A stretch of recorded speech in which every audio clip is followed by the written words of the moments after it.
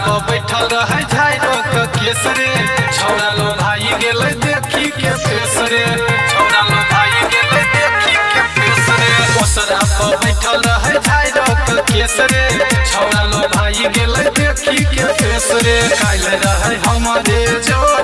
आई के न लेके भाई के ले गाँव के चोर हाला है एगो बेजोर भौजी के बहिन के ले गेले गाँव के चोर गाँव के चोर